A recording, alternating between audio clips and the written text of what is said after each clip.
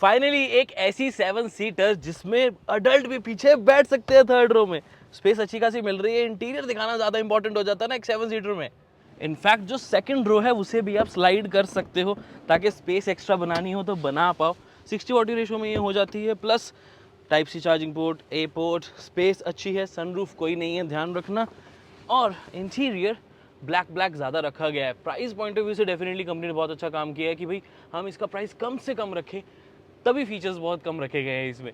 जैसे आर्मरेस्ट वगैरह, cup holder वगैरह वो सब भी नहीं है, बट स्पेस इंपॉर्टेंट हो जाती है। तो 3 लोग इजीली यहाँ बैठ पाएंगे। फ्लैट फ्लोर आपको मिल जाता है, विड्थ अच्छी मिल जाती है।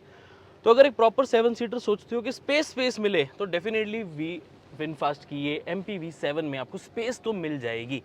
बट एक्चुअल कितनी वैल्यू फॉर मनी है, प्राइस सही है या नहीं, पावर कितनी है, लुक्स कैसे हैं, सब डिस्कस करेंगे। तो वीडियो को एंड तक जरूर देख लेना।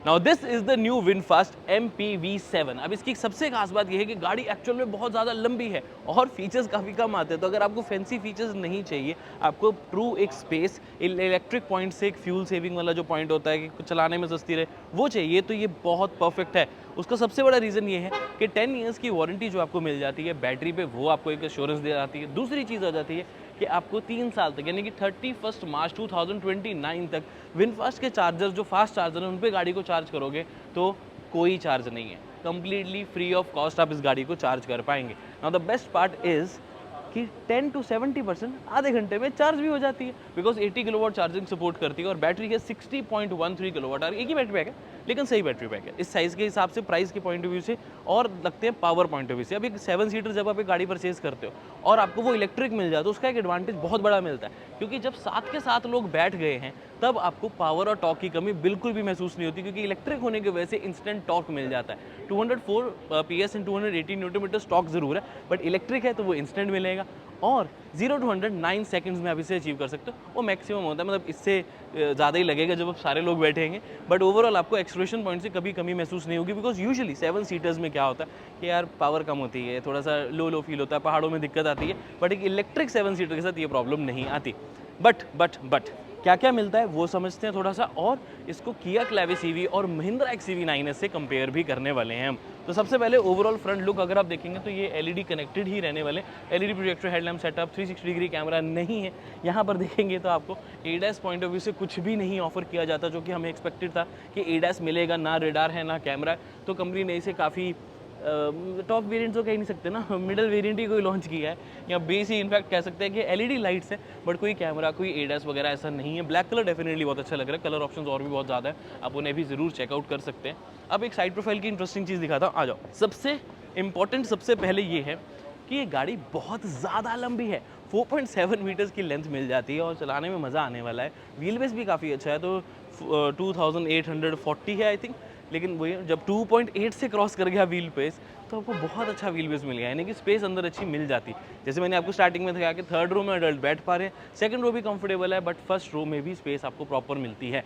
बट ध्यान से एक चीज़ को समझो, जब हम एक 7 सीटर लेते हैं हम ये नहीं कहते कि उसकी सेकंड रो में टाटा सिएरा उसकी जैसी स्पेस मिल जाएगी, बिकॉज वो एक 5 सीटर सिएरा। तो ये एक 7 सीटर पॉइंट से पीछे स्पेस देनी भी ज़रूरी हो जाती है। तो सेकंड रो में स्पेस है, बट आप बोलो कि मुझे लॉन्च वाला फील मिल रहा है, नहीं, वो नहीं हो पाएगा। बट थर्ड रो में मुझे अच्छा लगा कि स्पेस है, बट एक कमी भी है, वो पीछे जाकर दिखाऊंगा, बट पहले साइड प्रोफाइल को पूरा कर लेते हैं। तो अलॉय व्हील्स 19 इंचेस के stylish alloy wheels, looks really nice. All black ही उन्होंने बंद ही कर दी एक तरीके से। यूजुअली ये बस कई स्पोर्ट्स कार में हमें रिम बंद करने वाली कस्टमाइजेशन ऑप्शन मिलती होती है, और ये चीज़ अच्छी लग रही है। ग्रेट ऑप्शन यहाँ पर।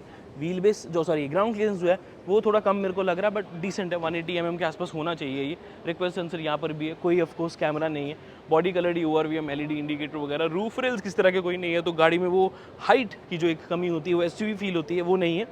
क्योंकि आई नो SUV है भी नहीं, बट अगर रूफ रेल्स होते तो आई थिंक अच्छी लगती है ना, और सोचो वो सिल्वर फिनिशिंग वाले होते तो शायद वो भी अच्छे लगते। ऑल 4 डिस्क ब्रेक्स होने के साथ साथ ABS CBD reverse parking sensor, electronic stability control, of course ये सब तो आपको मिलेगा ही मिलेगा।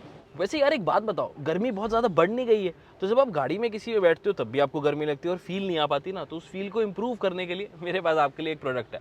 This is the involve one Atlantis gel type perfume. ये रहता है, गाड़ी में रखो, फ्रेग्रेंस भी लॉन्ग लास्टिंग रहने वाली है, प्रीमियम भी लगेगी, और सबसे इंपॉर्टेंट कूलिंग इफेक्ट देती है, ये आपको ठंडा ठंडा फील कराती है। गाड़ी में वैसी ही फ्रेग्रेंस आती है, लग्जरी तो फील ऑफ कोर्स ये कराई देती है, और 10% डिस्काउंट भी चल रहा है इसके ऊपर। तो कार गाइड कूपन कोड लगाएंगे तो ये परफ्यूम आपको काफ़ी अच्छे प्राइस पे मिल जाएगा। लिंक आपको डिस्क्रिप्शन में मिलेगा, QR कोड भी आपके सामने है। मेरे कहने पे इसे ट्राई ज़रूर करें।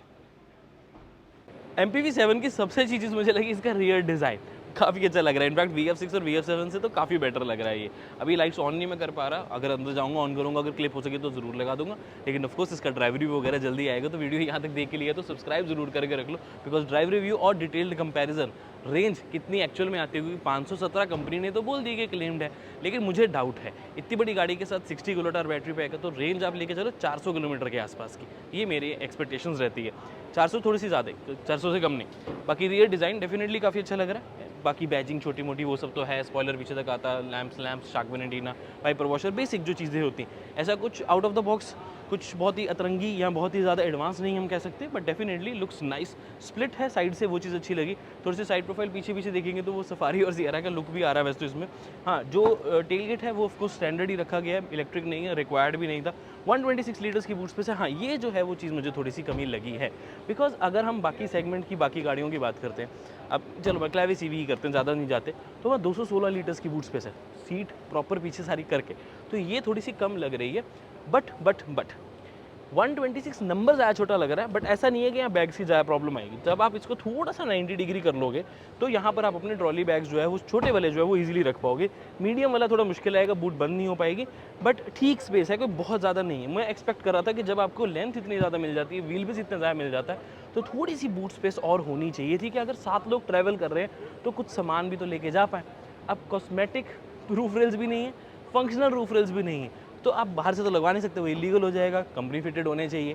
अब वो है नहीं, तो पीछे भी सामान नहीं रख सकते। तो जब आप एड्स में हम देखते हैं कि 7 लोग बैठ के कहीं जा रहे हैं, तो वो सिर्फ मूवी देखने तो जाएंगे नहीं, वो आउट ऑफ सिटी भी जाना चाहेंगे, और जब आउट ऑफ सिटी जाएंगे तो उनके पास सामान भी होगा, तो सामान कहाँ रखने वाले हैं? थोड़ा सोच के 7 सीटर की तरफ जाना। बट एनीवेज अंदर चलते हैं, क्योंकि वहाँ कुछ इंटरेस्टिंग ऐसी चीज़ें हैं जो आपको बहुत अच्छे से पता होनी चाहिए। अब इस गाड़ी में अंदर आते ही एक बहुत अजीब चीज़ लगेगी कि सामने कोई क्लस्टर नहीं है। इंटरनेशनल मार्केट में हेड्स अप डिस्प्ले आता है, बट अनफॉर्चुनेटली हमारे इंडियन मार्केट में इनको लगा कि नहीं देते इंडियंस को, तो इन्होंने हेड्स अप डिस्प्ले नहीं दी। तो सारी इन्फॉर्मेशन आपको एक ही स्क्रीन पे मिलेगी, तो एक स्क्रीन का पैसा बच गया। 10.1 इंचेस की touch screen, Android auto, Apple CarPlay, wireless connectivity, connected features और एक स्मार्ट असिस्टेंट जिसका नाम वीवी है, वो भी आपको यहाँ पर मिल जाता है। प्रॉब्लमेटिक छोटी सी ये है कि जो सारे कंट्रोल्स हैं वो कैसे करोगे, क्योंकि ये लाइट कंट्रोल्स हो गए, इधर ही वाइपर कंट्रोल्स हैं, इधर इसके ड्राइव मोड्स हैं, यानी कि ड्राइव न्यूट्रल, यानी कि गियर सिलेक्ट कर सकते हो, गियर या ड्राइव मोड सिलेक्ट कर सकते हो। बट विंडोज़ लॉक करनी है, क्योंकि साइड पे भी उसका अलग से लॉक का बटन नहीं है। उसके अलावा आपको कैमरा करना है, वो तो ऑफकोर्स यहीं पे आपको मिलेगा, जिसकी क्वालिटी इज़ डिसेंट, क्योंकि सिर्फ रियर कैमरा आता है, 360 कैमरा नहीं है। बट सारी ही ऑप्शन एक ही स्क्रीन पे दे देना मुझे थोड़ा सा ओके लगता है, मतलब ठीक है, अब क्या कर सकते हैं। वाइपर ऑप्शन वैसे भी यहाँ से भी कर सकते हो by the way, but screen is okay की। यहाँ पर डिजिटल क्लस्टर का अपना पर्पस होता है और इनका अलग, क्योंकि अब यहाँ पर रेंज आ रही है, ड्राइव मोड्स वाले सब यहाँ आ जाता है, छोटी स्क्रीन आपकी नेविगेशन वगैरह के लिए रहती है। बट 2 स्क्रीन तो यार होनी चाहिए ना। चलो हेड्स अप डिस्प्ले दे देते, मुझे ये लगता है। आपका क्या ओपिनियन है, कमेंट करके जरूर बता दें। बाकी फीचर्स की बात करें तो बेजल-लेस IRV मुझे पर्सनली काफ़ी अच्छा लगा, लुक्स नाइस, क्वालिटी अच्छी लग रही है, विड्थ अच्छी है। बेजल-लेस की वजह से थोड़ा प्रीमियम फील कराता है। कमी जो लगी है कि गाड़ी का इंटीरियर कुछ ज़्यादा ही डार्क है। एक तो ये ब्लैक इंटीरियर है, ऐसे ही आपके पास एक ब्लैक और टैन का कॉम्बिनेशन भी है। अब डार्क इंटीरियर से प्रॉब्लम रहती है, गाड़ी थोड़ी सी टाइट लगती है, और दूसरा लाइट अंदर से प्रॉपर नहीं आती। जैसे इस पर कोई ग्लास रूफ नहीं, मैं पैनोरामिक सनरूफ नहीं कह रहा, बट एटलीस्ट ग्लास रूफ तो होनी चाहिए थी, ताकि लाइट भी अंदर लगे, थोड़ा एरी भी लगे। हम इंडियंस को थोड़ा चाहिए होता ना, वो मुझे ऐसा लगता है। रिक्वायरमेंट सनरूफ की नहीं होती, बट अगर होती एक ग्लास जिससे थोड़ी लाइट अंदर आ रही है, तो गाड़ी ज़्यादा स्पेशियस लगती। This is what I feel. Steering थोड़ा बेसिक सही लगता है, क्योंकि कोई एडस वगैरह या वैसा कुछ नहीं है। यहाँ पर कप होल्डर्स हैं, स्मार्ट स्टोरेज है, यहाँ पर काफ़ी ज़्यादा स्टोरेज है। सीट्स जो हैं ये वेंटिलेटेड नहीं है, इलेक्ट्रिकल एडजस्टमेंट नहीं है, ये बेसिक आपको लेदरेट सीट्स देखने को मिलती हैं। डोर साइड का डिज़ाइन अच्छा, थोड़ा क्रोम का काम किया गया। बाकी 6 airbags, ABS, CVT, reverse parking sensor जैसे बेसिक सेफ्टी फीचर्स तो आपको मिल ही रहे हैं। ब्रांड ने ना ज़्यादा प्रायोरिटी थर्ड रो को दी है, क्योंकि सेकंड रो को स्पेस भी ठीक ठीक मिलती है, बट थिएटर स्टाइल्स जरूर आपको सीट मिले, ताकि क्योंकि सेकंड रो जो थोड़ी सी ऊपर को है, थोड़ी ऊंची ऊंची है। बाकी 3 आपको हेडरेस्ट जरूर मिलते हैं एडजस्टेबल, लेकिन आर्म रेस्ट का फोल्डर ऐसा कुछ नहीं है। और स्पीकर सिस्टम भी बेसिक है। इन्होंने कंपनी ने ऐसे फिगर्स नहीं बताई, but I don't think so 6 से ज़्यादा यहाँ पर स्पीकर्स होंगे, और नॉन ब्रांडेड ही।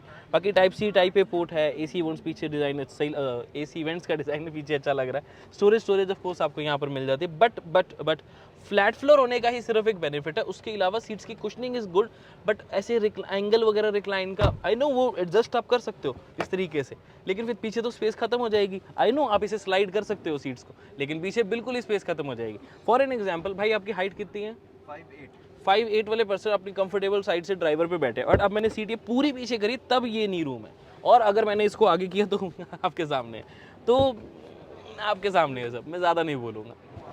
अब थर्ड रो के बारे में एक अच्छी चीज़, एक बुरी चीज़, पीछे जाना क्वाइट ईजी, फटाफट बेंच फोल्ड होता है क्योंकि स्प्रिंग काफ़ी ज़्यादा स्ट्रॉन्ग है, बट यही नुकसान भी है कि स्प्रिंग कुछ ज़्यादा ही स्ट्रॉन्ग है, तो जब इस सीट को वापस लाना होता है तो थोड़ा ज़ोर लगता है। मैं इतना वीक तो नहीं हूँ कि ज़ोर लगे, बट लगना चाहिए नहीं। और जैसे मैंने इसको वापस ऊपर किया, ठीक, अब स्प्रिंग स्ट्रॉन्ग है तो जस्ट पुल किया, ऑलमोस्ट इलेक्ट्रिक होने की तरह ही वो पूरा फटाफट फोल्ड हो गई, उसने सीट को मारा है अगली सीट पे, टेक्निकली इतना स्ट्रॉन्ग वो है, लेकिन जब इसे वापस लाना है तो उतना ही जोर लग जाता है। तो एक प्रो अच्छा है कि जल्दी चली जाती है, बट अगर आगे कोई उस टाइम पे बैठा है तो उसके पीछे सीट पे बहुत जोर से बजने वाला है ये, तो थोड़ा सा इसे आराम से होना चाहिए।